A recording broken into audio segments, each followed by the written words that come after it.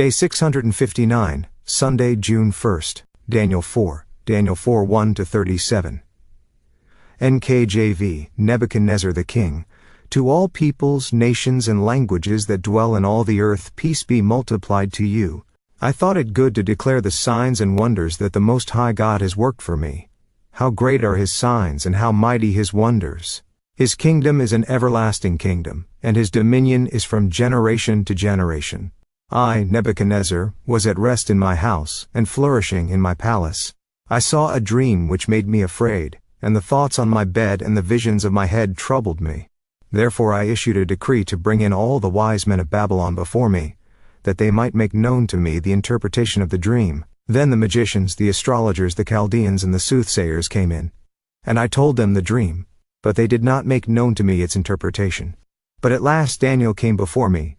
His name is Belteshazzar, according to the name of my God. In him is the Spirit of the Holy God. And I told the dream before him, saying, Belteshazzar, chief of the magicians, because I know that the Spirit of the Holy God is in you, and no secret troubles you, explain to me the visions of my dream that I have seen, and its interpretation. These were the visions of my head while on my bed. I was looking, and behold, a tree in the midst of the earth, and its height was great. The tree grew and became strong. Its height reached to the heavens, and it could be seen to the ends of all the earth.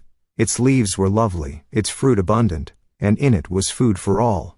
The beasts of the field found shade under it.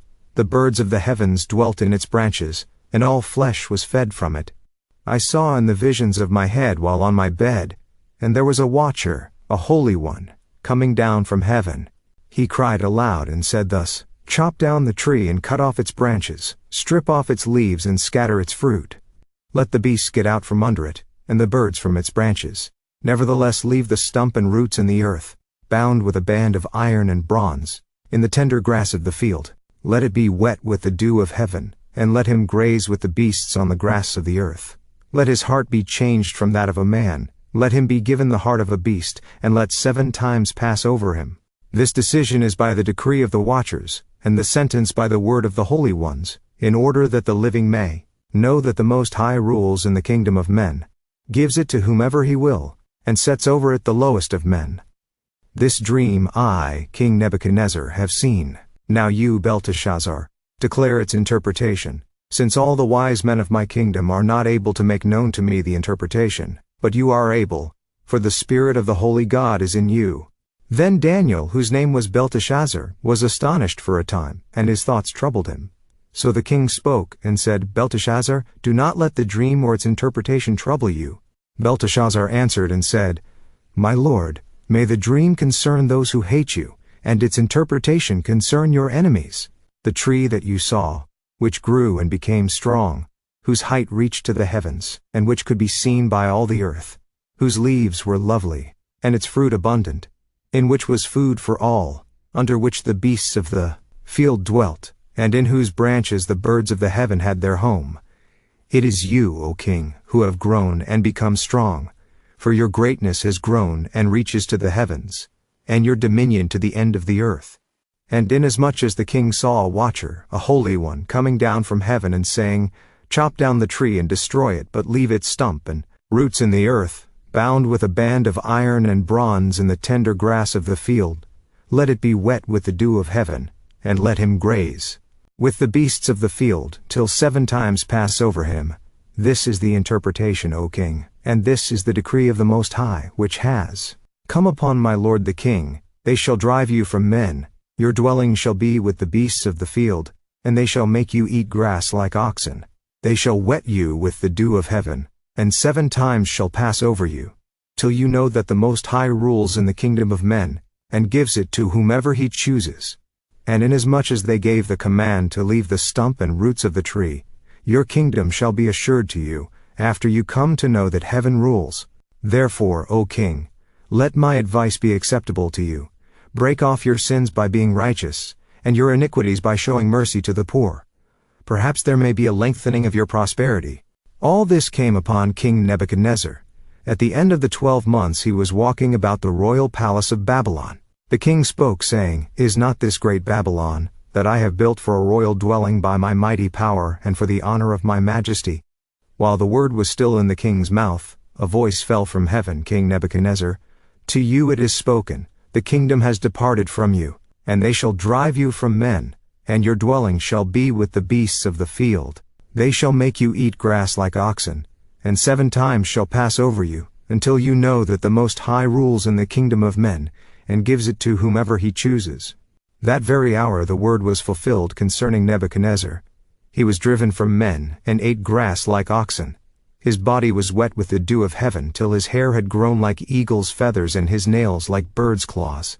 And at the end of the time I, Nebuchadnezzar, lifted my eyes to heaven, and my understanding returned to me, and I blessed thee, Most High, and praised and honored him who lives forever, for his dominion is an everlasting dominion, and his kingdom is from generation to generation. All the inhabitants of the earth are reputed as nothing. He does according to his will in the army of heaven and among the inhabitants of the earth. No one can restrain his hand or say to him, What have you done?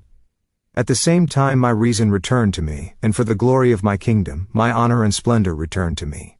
My counselors and nobles resorted to me, I was restored to my kingdom, and excellent majesty was added to me. Now I, Nebuchadnezzar, praise and extol and honor the King of heaven, all of whose works are truth, and his ways justice. And those who walk in pride he is able to put down. Daily Deep Dive. The UCG reading plan states, Chapter 4 of Daniel is a most remarkable section of the Bible, in that much of it consists of Nebuchadnezzar's own words. Some historians have questioned the authorship, claiming that there is nothing else in Babylonian records to confirm such an incident. They also dispute the king having used such words, as they would have been unacceptable to the Babylonian people who worshipped him as a god. Some who dispute the authorship claim that Daniel probably wrote it, yet while Daniel could have drafted the declaration just as speechwriters do for today's leaders, the Bible specifically states that it was the word of Nebuchadnezzar. The declaration comes at the end of an 8-year episode, the dream with its interpretation, verses 4 to 27, a year of delay or probation, verses 28 to 29, and the 7-time, i.e. 7-year affliction, verses 25, 30 to 37. Compare Daniel 7:25, where a time equals a year, as we will later examine. The story is set in a time of relative peace after Nebuchadnezzar's major conquests and massive building projects. It best fits after the fall of Jerusalem, during the lengthy siege of Tyre when Babylon launched no other major military operation. Not unexpectedly, no record of a lengthy madness has been found in the royal archives, but it could have occurred any time between 582 and 573 BC. Lawrence Richards, The Bible Reader's Companion, 1991. Note on verse 4. This would put Nebuchadnezzar's second dream, about 23 to 24 years from the time of Daniel's captivity, in 605 billion C. The prophet has been serving in a high capacity in the empire for more than 2 decades. At the beginning of that period the king had the miraculous experience of his first dream and its interpretation. More recently, he witnessed the amazing episode of Daniel's 3 friends in the fiery furnace. And yet Nebuchadnezzar, while recognizing the Hebrew God as a powerful deity, does not recognize him as the true and only God. He says Daniel is called Belteshazzar according to the name of my God, verse 8, his God being Bel-Marduk. And where the NKJV has Spirit of the Holy God, it is better rendered Spirit of the Holy Gods. Nebuchadnezzar saw that in contrast to the other soothsayers in his court, Daniel was truly inspired by God or the gods. The Spirit of the Holy Gods is in him. That this Elohim gods is meant as a true plural, rather than a plural of majesty, is shown by the plural form of the adjective katasin accompanying it. Expositor's Bible Commentary, note on verse 8. It should be noted that such language in the declaration does not necessarily mean that the king still thought in these terms after the whole affair was concluded. It may be that he was simply describing the way he understood things at the time of his dream, and that Bel had been his god. Yet it could also be that he merely came to see and acknowledge the God of Israel as the Most High, while still believing in and even worshipping lesser gods. The dream starts with a huge tree that grows to reach the ends of the earth. The magicians and others either can't or won't interpret the dream. Perhaps they can, the symbolism not being unique, but they are fearful of being the bearers of bad news to the king. So the king calls on the prophet of God. Yet interpreting the dream was no easy assignment for Daniel. He well knew what the dream meant but could hardly bring himself to reveal it to Nebuchadnezzar. Daniel's loyalty to him, whom he had served so long and well and who had always shown Daniel kindness, even when Judah was being deported from her land of promise, was genuine. His sympathy for Nebuchadnezzar caused Daniel to shrink from announcing the king's coming degradation. It was a while before he could bring himself to speak. The Aramaic literally says, he was stupefied for 1 hour, but the word for hour, sa, does not necessarily mean anything more definite than a time. At the king's insistence, however, Daniel finally began to speak. Expositor's note on verse 19a. Daniel explains that the tree is Nebuchadnezzar, who will be figuratively cut down to live like a wild animal for 7 times or years unless he repents. While Nebuchadnezzar has provided food, shelter and comfort for his empire, like many dictators, his sins include oppression of his people. Verse 27. The Bible doesn't make clear why there was a delay, but it is another year before he loses his sanity. See verse 29. Perhaps this was to allow the king time to repent prior to the punishment. Whether the king made any needed reforms in his attitude or behavior is not revealed. But, in any case, his overall problem clearly remained: his supreme arrogance with regard to his own power and prestige. As Nebuchadnezzar walked on the roof of his palace, he boasted, "Is this not the great Babylon I have built as the royal residence, by my mighty power and for the glory of my majesty?" Verse 30. Niv. Here was evidence from his own mouth that he had not been humbled by his dream's revelation and warning. Possibly his pride had even grown.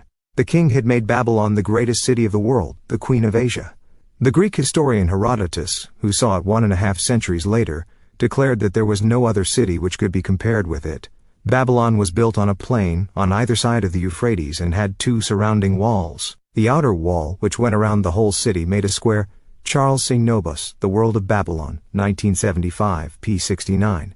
Historian Walter Kaiser Jr. writes, "It was a huge square, 480 stadia, 55.25 miles in circumference, making it nearly 2/3 the area of New York City, surrounded by a series of walls that made it virtually impregnable." Robert Koldewey, who excavated Babylon for 18 years, verified how security-conscious Nebuchadnezzar was. The city walls were surrounded, according to Koldewey, with the brick wall 22 1/3 feet thick, with a space outside that wall some 38 1/3 feet wide, then another brick wall 25 feet thick. In the event that this outer wall was breached, the invader would be trapped between 2 walls. Inside the inner wall was another wall 12 feet thick. Every 160 feet the walls were topped by watchtowers, 360 towers in all, reaching the height probably of some 90 feet, not 300 feet mentioned by Herodotus, and wide enough to accommodate 2 chariots riding side by side. He also constructed the city gates of cedar wood covered with strips of bronze. Numerous gates ... were installed in the walls. The most famous of these, the Ishtar Gate, now on display in the Pergamon Museum in Berlin, was 15 feet wide, and its arched passageway was 35 feet above the level of the street. This gate led directly into the processional way, which was used primarily for the great annual New Year's festival. The pavement was 73.5 feet wide, and was lined with a series of 120 lions in enameled relief at 64-foot intervals. Along this processional way was the famous ziggurat or stage tower known as Temen Anki, the house of the foundation of heaven and earth, which rose 300 feet high and could be seen for miles around the city. It is estimated that some 58 million bricks were used in the construction of this ziggurat. Atop this 7-staged or terraced tower was a temple of Marduk, the god of Babylon. On a mound called Qasr, Nebuchadnezzar built one of his most impressive palaces. Its walls were made of yellow brick and the floors were of white and mottled sandstone. Near this palace were the famed Hanging Gardens, considered one of the 7 wonders of the world. Babylon was a marvel of city planning. It was laid out in rectangles with wide roads named after the gods of Babylon. A bridge connected the eastern or new city with the western city across the river that flowed through the city. It had stone piers on both shores some 600 feet across the river, with a wooden footpath 30 feet wide that reached from shore to shore. The dwellings of the city often reached 3 or 4 stories high, with the familiar eastern central courtyard. A History of Israel, 1988, pp. 415-416. Yes, Nebuchadnezzar had accomplished great things. But it is God who decides who will rule nations. All the amassed wealth and power of human beings eventually count for nothing. Verse 35. The mighty king of Babylon is at last brought to this humbling realization. It is interesting to note that throughout the 7-year exile, Nebuchadnezzar's kingdom is protected and is ready and waiting for his restored leadership when God heals him. Surely many officials in this large kingdom had greedy ambition, so it seems evident that it was God's intervention that secured the kingdom for him. Some historians have compared Nebuchadnezzar's insanity to the story of the later Babylonian emperor Nabonidus. Some even claiming the story in Daniel is misattributed, but there are significant differences. Some scholars have proposed the thesis that the story of Nebuchadnezzar's madness in the book of Daniel is a distorted reflection of Nabonidus's exile in Arabia. It is now clear from the New Haran inscriptions that Nabonidus was in exile for 10 years and not for 7, as had been thought previously. Daniel 4:32 speaks of 7 times. Among other objections to this theory is the fact that this interpretation was based on Sidney Smith's rendering of a line in the Persian verse account, which is no longer tenable. Nabonidus's behavior may seem erratic, but he was not mad. Unfortunately, we have few details about the last 30 years of